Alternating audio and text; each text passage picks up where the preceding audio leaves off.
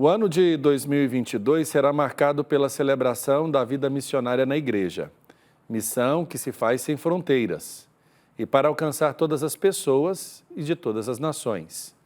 Para falar dessa iniciativa, nós vamos conversar agora com o assessor da Comissão para a Ação Missionária e Cooperação Intereclesial da CNBB, o padre Daniel Roquette.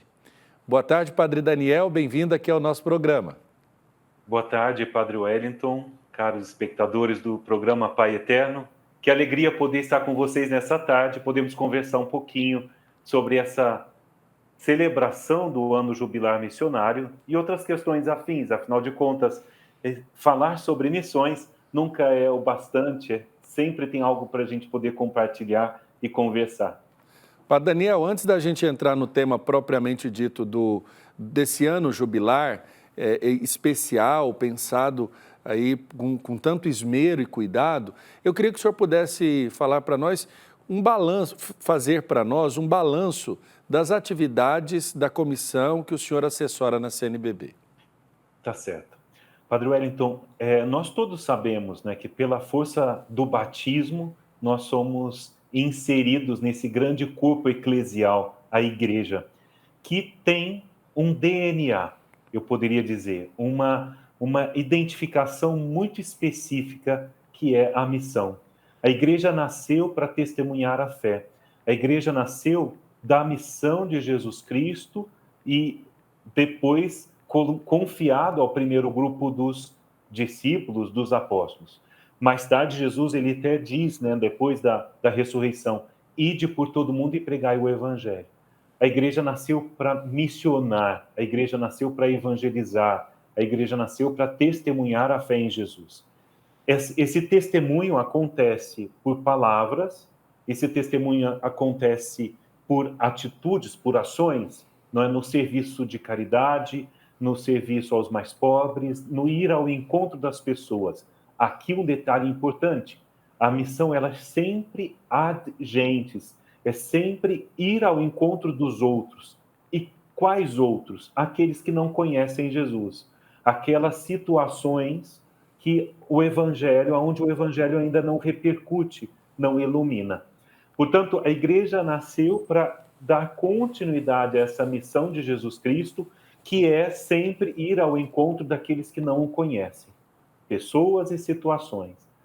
Nós todos temos essa responsabilidade pelo batismo. Dito isso, a Conferência Episcopal tem uma comissão, não é? Ela tem uma das 12 comissões que junto com outras, a responsabilidade da catequese, da animação bíblica, da liturgia, portanto, existe uma comissão de conscientização e de animação missionária. É essa que eu assessoro. Eu e uma outra religiosa, uma outra pessoa, é uma religiosa, uma missionária, irmã Sandra Regina Amado, nós somos os dois que assessoramos a Comissão para a Ação Missionária da CNBB. Quais são as nossas responsabilidades enquanto assessores?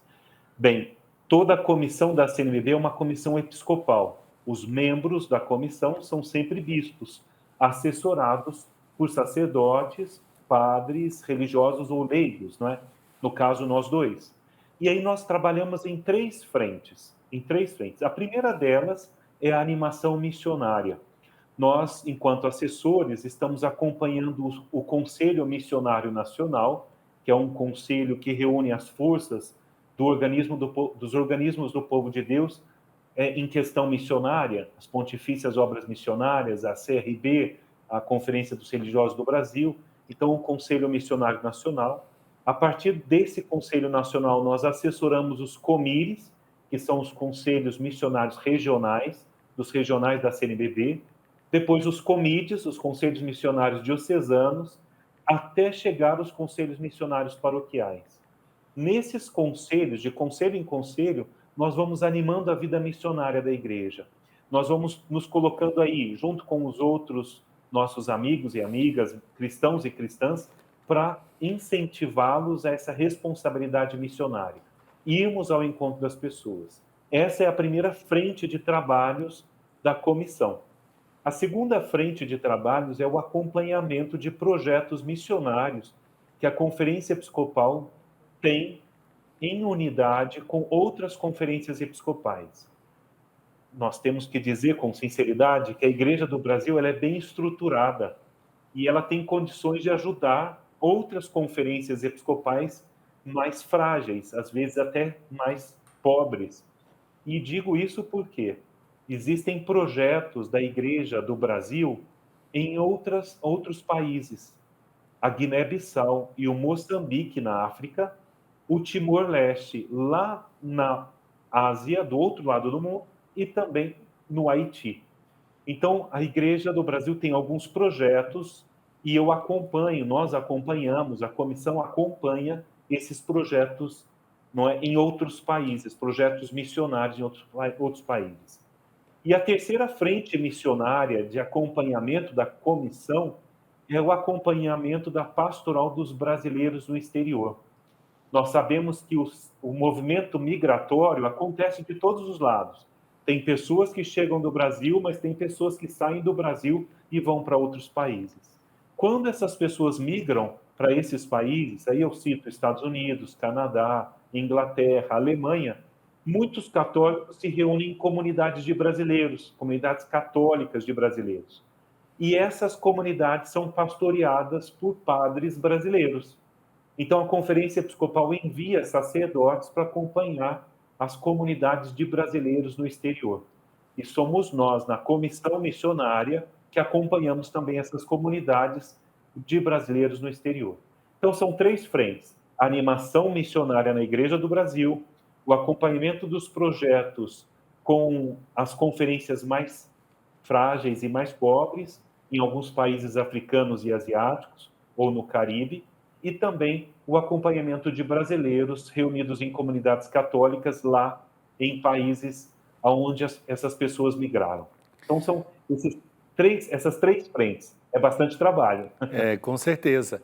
E a gente tem também essa certeza de que a proclamação de um ano jubilar missionário, ela demandou um diálogo, com certeza uma avaliação, um pensamento que motivou esse momento. Eu queria que o senhor falasse um pouco sobre as tratativas anteriores a esse momento de anunciar um ano jubilar missionário.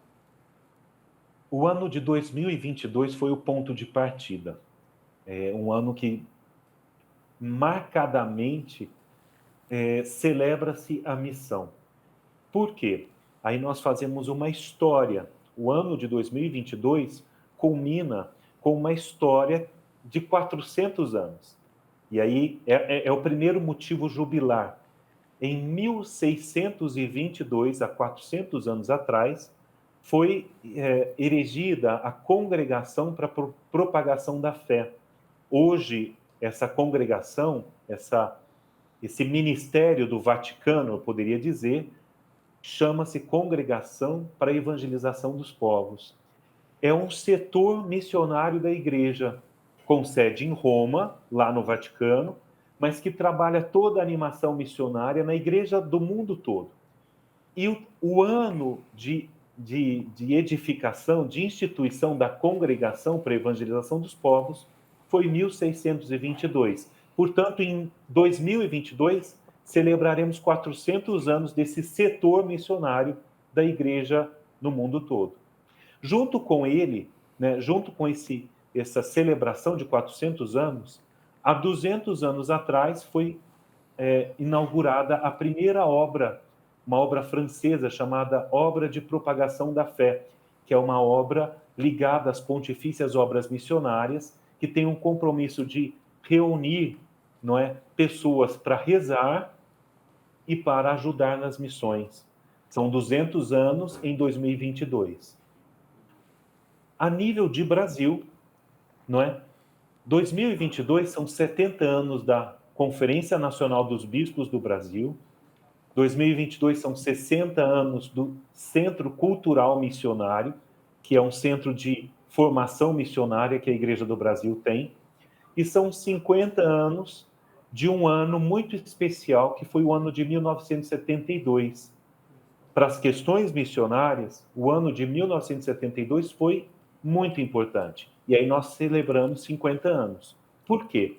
Em 1972, nasceu o COMINA, que é o Conselho Missionário Nacional, que reúne os organismos missionários da Igreja. Eu já citei antes a Conferência dos Religiosos do Brasil, as Pontifícias Obras Missionárias, não é? Então, são organismos missionários da Igreja, então, organizados em rede, num conselho. São 50 anos também das campanhas missionárias, ou seja, o mês de outubro, quando a gente vive a campanha missionária, o mês inteiro de reflexão missionária, portanto, o ano que vem celebra 50 anos. São 50 anos do CIMI, que é o Conselho Indigenista Missionário, que trabalha toda a questão indígena no Brasil. São 50 anos do documento de Santarém, que é um documento específico para a Igreja da Amazônia, onde a Igreja do Brasil faz uma opção, né, pela evangelização e pela presença na Amazônia. E para isso, são 50 anos dos projetos Igrejas Irmãs. Os projetos Igrejas Irmãs reúnem igrejas particulares do Sul, do Rio Grande, do Regional Sul, do Regional Sudeste, que enviam missionários para os regionais Norte e Nordeste. Então, são 50 anos que celebramos os projetos Igrejas Irmãs. Por causa de todas essas datas, não é? Nós entendemos que não poderia passar despercebido o ano de 2022. E, para isso, inauguramos o Ano Jubilar Missionário. Perfeito. E qual que é o tema deste Ano Jubilar Missionário? Qual foi o tema pensado, escolhido para ser meditado durante esse tempo importante a ser vivido pela Igreja no Brasil? Todos esses momentos celebrativos que a gente fez história, né, em 400 anos e 50 anos a nível de Brasil, eles têm esse direcionamento específico, né, de suscitar na Igreja um estado permanente de missão. Então, mais uma vez, a gente repropõe aquela que era a intuição de Aparecida, do documento de Aparecida, a Igreja em estado permanente de missão. Então, o tema do ano jubilar é esse. Junto com ele, um lema, o lema indicado pelo Papa Francisco para o Dia Mundial das Missões de 2022, o lema bíblico, sereis minhas testemunhas. Quando Jesus, lá em Atos dos Apóstolos 1:8, envia, não é, os seus discípulos pelo mundo para testemunhar a experiência de fé nele e toda a revelação que ele nos trouxe de um Deus que ama incondicionalmente e, portanto, pode ser chamado de Pai. Então, o tema é a Igreja em estado permanente de missão e o lema, sereis minhas testemunhas. Perfeito. E esse tempo, ele também vai fazendo memória dessa caminhada missionária, como o senhor disse, desses eventos.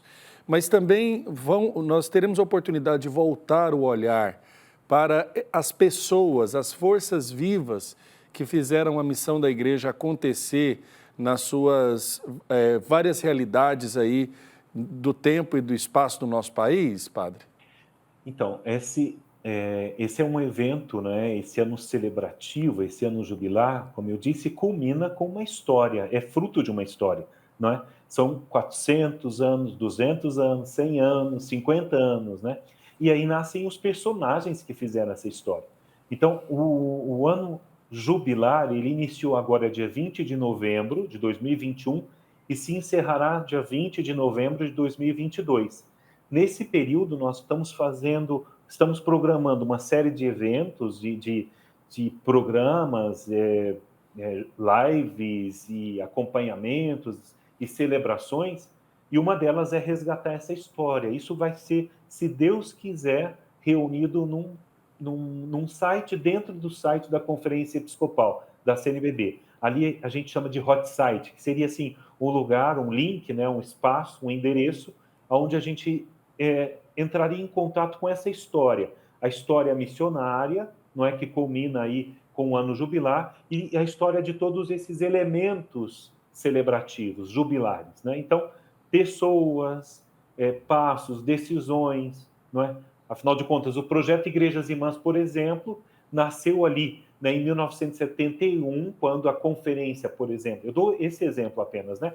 Em 1971, não é? A presidência da CNBB foi até ao norte, na região amazônica, viu a situação local, a situação da igreja muito empobrecida em estrutura, em pessoas, e lança para a Igreja do Brasil, quer dizer, para as outras igrejas particulares, um desafio, que igrejas onde já tem um clero, onde já tinham tantas estruturas já bem fortalecidas, pudessem ceder, não é? Em parceria para igrejas irmãs caminhando juntos, né? Enviando missionários para as igrejas, essas igrejas mais enfraquecidas, né? Porque estavam numa região amazônica. Então, veja, ali tem pessoas, né? Existem prelados, existem bispos, existem missionários que foram a primeira vez. E a gente está aí garimpando para encontrar essas pessoas, encontrar essa história, montar esse hot site para estar disponibilizado aí, não é, para as pessoas acessarem e conhecerem essa história. Olha que importante. E esse momento do ano jubilar missionário, naturalmente, como a missão ela não se faz sozinho, né? Ela é uma dinâmica de relação que a gente vai estabelecendo entre evangelizados e evangelizadores. Como é que a gente pode imaginar as ações do ano jubilar missionário, desde as pequenas comunidades às maiores celebrações? Aí está. O ano jubilar, ele não aconteceria se ele não tocasse o cotidiano das pessoas, né? Seria a vida nas bases, vamos assim dizer. Então, o ano jubilar, ele resgata também a intuição das diretrizes gerais para a ação evangelizadora que nós estamos vivendo e essa intuição das comunidades eclesiais missionárias, não é? Então, mais uma vez, a gente resgata essa intuição, fortalecemos a importância de que cada comunidade, seja a comunidade paroquial dividida em pequenas comunidades, não é? Grupos de bairro, grupos de movimentos, grupos de congregações, etc., sejam... Acho que nós estamos com um probleminha na conexão. Sim, pode voltar aqui. Isso. Padre Daniel, então, eu acho que ele está com um probleminha na conexão. Assim que voltar, a gente poderia retomar assim. Agora voltamos? Padre Daniel, naquele momento que o senhor estava explicando, nós tivemos uma falha na conexão. O senhor estava dizendo da importância que é isso. Não, isso acontece. Programa ao vivo é assim mesmo. O senhor estava dizendo da realização disso nas pequenas comunidades. Isso, então. Dentro desse contexto, né, do grande ano jubilar, a intuição de novamente se debruçar sobre as diretrizes gerais, não é, que apontam a importância das comunidades eclesiais missionárias, que são as comunidades, os grupos, não é, as comunidades de paróquia, as comunidades religiosas, não é, ali nas bases, né, que vivam essa missionariedade, que é essa capacidade de ter a coragem de ousadamente sair, né, sair da sua pequena estrutura e ir ao encontro das pessoas. Então, ao mesmo tempo que nós celebramos essa memória de forma grandiosa, a gente quer também recordar que a igreja precisa caminhar nessa estrada, indo ao encontro das pessoas lá nas bases. E a igreja somos nós, não é? Capazes de assumir o evangelho, assumir, não é, a proposta de vida de Jesus e encontrar com as pessoas, saindo da nossa pequena, do nosso pequeno conforto, vamos assim dizer, né? Indo ao encontro das pessoas.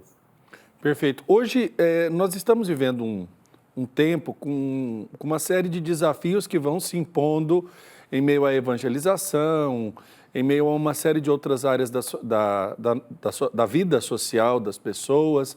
Mas eu pergunto para o senhor, qual hoje é o maior desafio para a dinâmica missionária da igreja? Eu pergunto porque sei que o senhor é conhecedor dos desafios que são colocados, são encontrados diante da movimentação de missionários e da própria igreja em saída, como pede o Papa Francisco.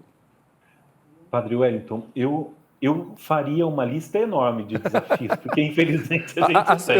Eu acho que a gente pode ficar nas principais. Sabe, não, mas é verdade, né? Teríamos muitos, né? Mas eu vou trazer dois, porque as respostas também foram dadas, eu acredito, pelo próprio Papa Francisco na mensagem do Dia Mundial das Missões desse ano. Eu acho que também por aí já destrona uma série desses outros desafios. O Papa Francisco, ele nos suscita, nos convida nesse ano, na mensagem do Dia Mundial das Missões, a sermos missionários da compaixão e da esperança.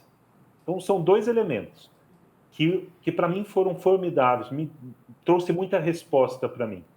Quando ele diz missionários da compaixão, ele quer fazer a igreja entender que ir ao encontro das pessoas, movido pelo amor concreto, do cuidado, do zelar para que todos tenham vida, tenham que comer, tenham saúde, isso é ser missionário. Isso é um desafio muito grande, porque são essa realidade desafiadora da falta de trabalho, da pobreza que aumenta, não é? Então seriam toda essa realidade desafiadora que a vida trouxe para nós, agravadas com a pandemia, e que de repente nos amedronta e nos torna a igreja, não, eu vou me segurar e não vou ao encontro dos outros. Não, vamos ser compassivos, e a compaixão exige o concreto da ajuda ao próximo, não é?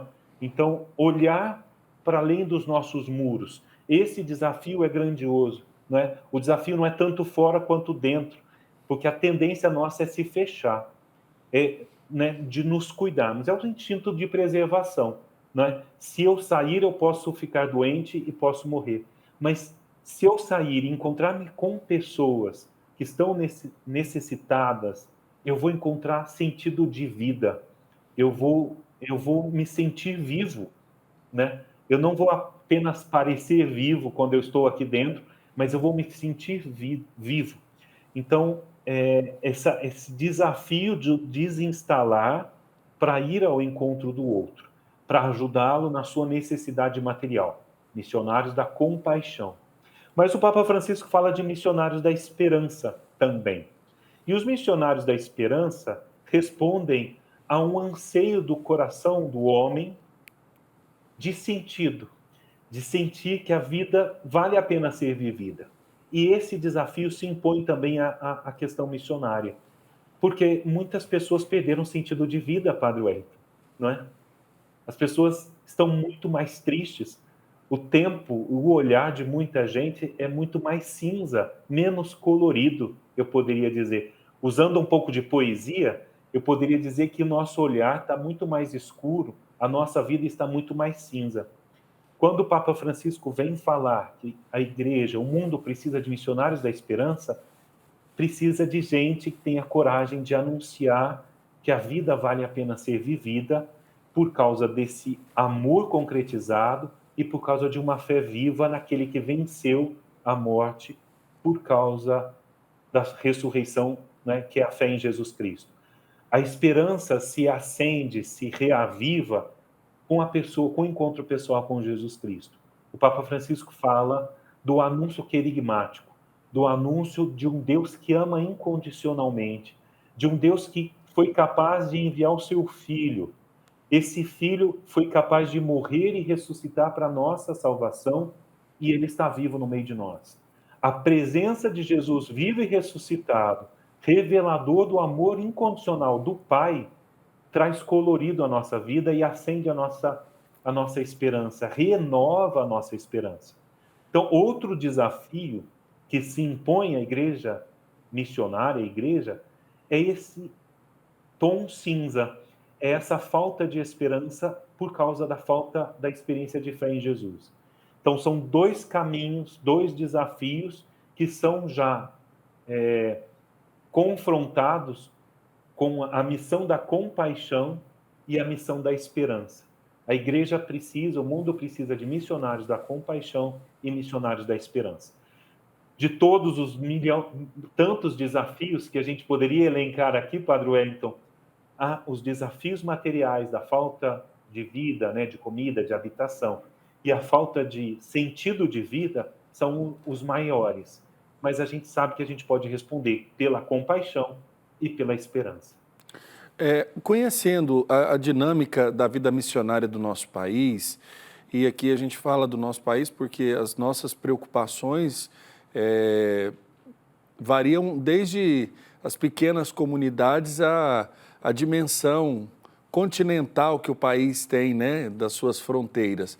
Onde hoje o Conselho Missionário vê maior dificuldade de atuação da igreja em questão territorial? Porque, lembrando, nós estamos falando com todo o Brasil, e eu acredito que a gente falar também dessas fronteiras da missão, principalmente onde tem sido mais difícil a presença dos missionários no país, traz uma dimensão até de inquietude para quem está nos acompanhando, a fim de que a gente não fique deitado com as cargas, pensando que a missão acontece sozinha, né?